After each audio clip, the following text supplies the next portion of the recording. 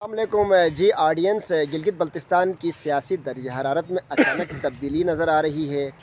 آج نہیں تو کل میرے خیال کے مطابق وزیر اعلیٰ کی کرسی جو ہے وہ مجھے خطرے میں لگ رہی ہے۔ ہمارے درمیان میں بیٹھے ہیں ولی الرحمان حامی، ایک ریسرچر ہیں اور ساتھ ساتھ سماجی رہنما ہیں۔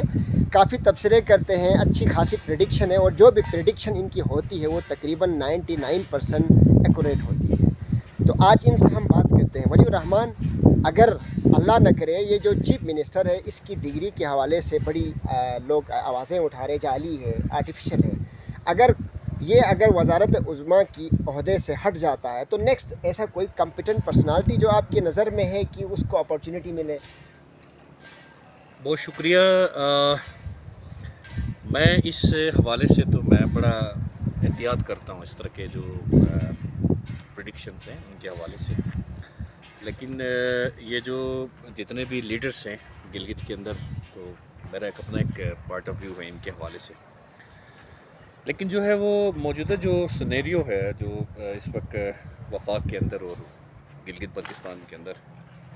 تو یہ جو خالد خورشید جو موجودہ چیف منسٹر ہے، اس کے لیے یہ کس کی کرسی خطرے سے دوچار ہے، دیر از نو ڈاؤٹ۔ تو علاوہ ازیں جو ہے وہ دوسرا جو میرے خیال میں میرے نظر میں تو اس خطے کے لیے نہ ہی مہدی شاہ اہل تھا، نہ حفیظ الرحمان تھے، اور نہ ہی موجودہ خالد خورشید ہیں۔ لیکن جو ہے وہ نیکسٹ جو امیدوار جو ہوگا وہ انہی میں سے، یہ جو ہے اراکین اسمبلی ہے، انہی میں سے کوئی ہوگا۔ لیکن یہ میں پریڈکٹ ضرور کروں گا کہ جو پی ڈی ایم ہے، جو کہ پاکستان پیپلز پارٹی نون لیگ میں سے کوئی نہیں ہوگا، انہی میں سے ہی ہوگا جو تحریک انصاف کے اراکین ہیں، انہی میں سے ایک ہوگا۔ اچھا، مجھے ایک بات سمجھ میں نہیں آ رہی ہے، بہت سارے اراکین اسمبلی کو آخری وقت میں نااہل قرار دیا جاتا ہے۔ شروع میں عوامی احتجاج ہوتا ہے، کورٹ کچہری بھی ہوتی ہے، تو جب وفاق میں پاور میں ہوتی اس پارٹی کا جو کینڈیڈیٹ ہوتا ہے، جیسے بھی وہ جیتتا ہے، اس کے اگینسٹ میں نہ کورٹ فیصلہ کرتی ہے، نہ عوامی احتجاج کے اندر اتنا زیادہ زور و شور ہوتا ہے۔ آخری دنوں میں اکثر ایسا کیوں ہوتا ہے؟ اصل بیسکلی یہ ہے کہ یہ جو خطہ ہے یہاں، یہ جو موجود ہمارا جو خطہ ہے یہ سمیت جو دیگر جو ہے سب کانٹیننٹ کے اندر، تو یہاں جو بھی آتا ہے وہ چور دروازوں سے اقتدار میں آتا ہے۔ تو جو چور دروازوں سے اقتدار میں آتا ہے تو اس کا انجام وہی ہوتا ہے جو اس وقت وفاق میں ہو رہا ہے اور جو ہوتا ہوا آیا ہے ماضی میں۔ جو بھی چور دروازے سے آیا ہے اس کا انجام وہی ہوتا ہے جو نواز شریف کے ساتھ ہوا، جو کہ یوسف رضا گیلانی کے ساتھ ہوا، عمران خان کے ساتھ ہوا۔ تو یہ ہوتا رہے گا، جو چور دروازوں سے آئیں گے ان کے ساتھ یہی ہوگا۔ اچھا، میں نے ایک چیز نوٹ کی ہے، گلگت بلتستان کے اندر آٹا بحران ہم نے دیکھا تھا، اس طرح پانی کا بحران تو ہم نے دیکھا تھا۔ حالانکہ پانی کے حوالے سے اگر آپ بات کریں تو پورے ورلڈ کے اندر گلگت بلتستان کے اندر میٹھے پانی کے ریزرو وہ مطلب خزانے موجود ہیں، پھر بھی گلگت بلتستان والوں کو یہ پانی میسر نہیں ہے، پینے کا صاف پانی، ٹھیک ہے۔ اب اہم بات میں آپ کو بتا دوں، جو جیسے ہی 25 اپریل کا ٹائم آتا ہے تو پھر بجلی سرپلس میں آتی ہے اور بجلی آسانی سے مل جاتی ہے گلگت بلتستان کے اندر۔ تو اس دفعہ پہلی دفعہ تاریخ میں نے دیکھا کہ ابھی تک مئی کا مہینہ بھی تقریباً وائنڈ اپ ہونے کو آ رہا ہے، ایک اور بڑا ایشو بجلی نہیں ہے۔ اس پہ میرا نیریٹو تھوڑا سا ذمہ دار کون ہے؟ ڈیفرنٹ ہے کہ یہ جو خطہ ہے یہ بڑی بدقسمتی ہے، یہ بجلی پیداوار کا جو ہے نا خطہ ہے، یہاں بجلی خود ہی جو ہے نا یہاں کے لوکلز جو ہمارا اپنا ایک وہ ہے اسٹریٹجی ہے۔ لیکن بدقسمتی ایک اور یہ ہے کہ میں تھوڑا سا نشاندہی کروں آپ کے ناظرین کے لیے، وہ یہ ہے کہ آپ اس چیز کے اوپر آپ نے بڑا گہری وہ کیا ہوگا، صحافتی جو آپ کا ہے، کہ اپریل سے ہمارے اس خطے کے اندر دھرنے شروع ہوتے ہیں جا کے ستمبر تک۔ یہ بھی ایک سازش ہے، پری پلان کے تحت یہ ہمارا سیزن ہوتا ہے جہاں ٹورسٹ آتے ہیں، ٹورسٹ آ کے یہاں کی جو نا آمدن ہے اس میں اضافہ ہو جاتا ہے، معاشی طور پر مستحکم ہوتے ہیں یہاں کے لوگ۔ تو اس سے یہ جو مہینہ ہے اس میں یہ جو دھرنے ہو رہے ہیں یہ بھی ایک سازش ہے، تو خدا رہا ان چیزوں سے بچنا ہوگا۔ ایک اور ہمارے اس خطے کے اندر ایک جنریشن تیار ہوئی ہے جن کے پاس نہ کوئی مٹیریل ہے، نہ کوئی ریسرچ ہے، تقریروں کے بڑے شوقین ہیں، تو وہ اس طرح کے جو ہے نا ایکٹیویٹیز کر رہے ہوتے ہیں، ہر جمعے کے بعد جو ہے نا یہ دھرنے دے رہے ہوتے ہیں، پھر اس سے ٹورسٹ بڑے تنگ ہوتے ہیں۔ تو خدا رہا یہ جو ٹورسٹ آتے ہیں پنجاب سے، یہ آپ کو جو ہے نا یا دیگر خطے سے یا انٹرنیشنل جو ٹورسٹ آتے ہیں، یہ خالی بیگ بوری بسترے لے کے نہیں آ رہے ہوتے ہیں، پھر آپ کے دکان سے منرل واٹر کی بوتل خرید رہے ہیں، آپ کے ہوٹلوں میں بیٹھ رہے ہیں، تو یہ آپ کا ذریعہ آمدن ہے، یہ سیزن ہے کمانے کا۔ تو اس میں جو ہے نا ہم یہاں پہ بڑے ٹورسٹ کو تنگ کر رہے ہوتے ہیں، یہ بھی ایک سازش سوچی سمجھی سازش کے تحت ہو رہا ہوتا ہے۔ آپ نوٹ کریں، آپ کے پاس سب سے زیادہ دھرنے جو ہے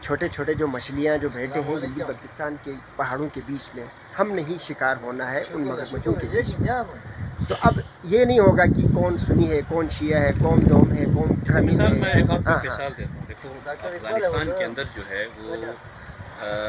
امریکہ کی جنگ جو ہے وہ پاکستان نے امریکہ کی جنگ کے اوپر اپنا ساتھ دیا، وہاں پہ جو رشیا کے ساتھ جو اس طرح کے وہاں کی جو حصے ہوئے اس میں پاکستان نے براہ راست ساتھ دیا، اور پاکستان کے اندر آج جو خودکش دھماکے جو کچھ ہو رہے ہیں وہی جنگ تھی، تیسری جنگ میں جو ہے نا انہوں نے کود کے جو ہے یہ جو ہے نا دو عالمی طاقتوں کے درمیان ہم پسنے والے ہیں، اس کے لیے بھی اسٹریٹجیز بنانے کی ضرورت ہے۔ تیسرا بڑا المیہ یہ ہے، دیکھو یہ جو دھرنے دے رہے ہیں، آٹے کے لیے دھرنے دے رہے ہیں، پانی کے لیے دھرنے دے رہے ہیں، بجلی کی بیسک چیزیں ان کو پتہ نہیں ہے۔ سب سے بڑا چیز ان کو بیسک چیزیں کہ ہمارے سماجی مسائل کے، ہمارے جو پڑھے لکھے نوجوان ہیں ان کو یہ نہیں پتہ ہے، کیونکہ ہم نے تو ڈگری لے کے سرکاری نوکری کے پیچھے جانا ہے، باقی پیچھے جو ہماری نسلیں آ رہی ہیں ہم نے ان کا سوچنا نہیں ہے۔ سب سے بڑا مسئلہ دیکھیں ذرا، دیامر کے اندر جو ہے باشا ڈیم کا بڑا پروجیکٹ بن رہا ہے، بیچارے دیامر والوں کو یہ نہیں پتہ ہے کہ دیامر کا جو بڑا باشا ڈیم ہے اس کے اندر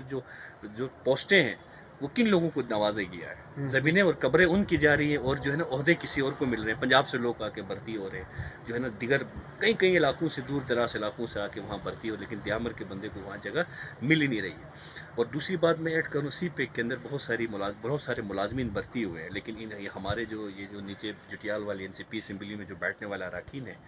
یہ جو ہے نا ان چیزوں کے اوپر بڑا فوکس نہیں کرتے ہیں۔ آپ بات کر رہے ہیں ان کی لیڈرشپ، قیادت، نون league, Peoples party, Tehreek Insaf کے حوالے سے، یہ اوپر جٹیال کا جو حال ہے اس میں بیٹھ کے شعر و شاعری سنا رہے ہوتے ہیں ایک دوسروں کو۔ اگر ان کو شعر و شاعری کا شوق ہے تو یہ ہم جو ہے نا شعر لکھتے بھی ہیں، ہم سناتے بھی ہیں، ہمارے پاس بیٹھ جائے، ہم ان سے اچھی شاعری کرتے ہیں۔ اگر ان کو سننے کا شوق ہے تو یہ وہاں بیٹھ کے شعر و شاعری کر کے چلے جاتے ہیں۔ تو خدا رہا ہمارے کئی نوجوان جو ہے نا پڑھ لکھ کے دریا میں چھلانگ لگانے پہ مجبور ہو جاتے ہیں۔ خودکشیوں کا اضافہ ہوا اس خطے کے اندر، جو ہے نا انہوں نے ایک اجلاس طلب نہیں کیا، ایک سیمینار انہوں نے نہیں رکھا۔ اس سے بڑی بدقسمتی کیا، الٹا یہ جو ہے نا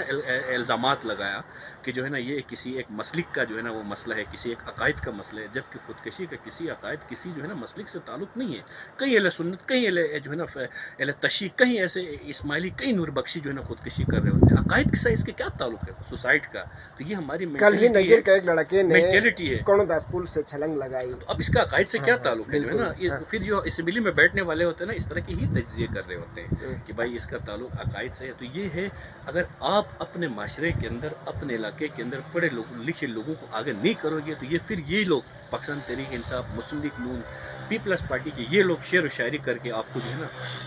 آپ کے سماجی مسائل کے اوپر کوئی غور نہیں کریں گے، پھر اپنے بھتیجا، اپنے بچے کو جو ہے نا بڑے پوسٹوں میں رکھیں گے۔ دوسرا بڑا مسئلہ یہ ہے کہ آپ کے چینل کے توسط سے میں بتاتا چلوں کہ اس خطے کے اندر ابھی بھی فرقہ واریت کے نام پہ بھرتیاں ہو رہی ہیں۔ بالکل آپ کے کراکرم یونیورسٹی کے اندر ایک شیعہ، ایک اسماعیلی، ایک سنی کو بھرتی کیا جا رہا ہے، جبکہ ہونا یہ چاہیے کہ میرٹ پہ اگر 10 اسماعیلی آ رہے 10 اسماعیلیوں کو بھرتی کرو، 10 شیعہ آ رہے 10 شیعوں کو بھرتی کرو، 10 سنی آ رہے 10 سنیوں کو بھرتی کرو۔ جب آپ اس طرح کے بندوں کو ایڈجسٹ کرو گے کسی ادارے کے اندر، پھر وہ اس طرح کے لوگوں کی مینٹلٹی بنائے گا، پھر وہ آ کے وہیں مسلک، وہیں عقائد کی باتیں کرے گا، جبکہ کسی انسٹیٹیوشنز کے اندر، کسی ادارے کے اندر عقائد ایک شخص کا ذاتی مسئلہ ہے، لیکن ہم نے اس کو سماجی مسئلہ بنا کے رکھا۔ یہ ہماری سب سے بڑی بدقسمتی ہے، تو اس خطے کی سب سے بڑی کمزوری بھی یہ ہے۔ بہت شکریہ، اللہ حافظ۔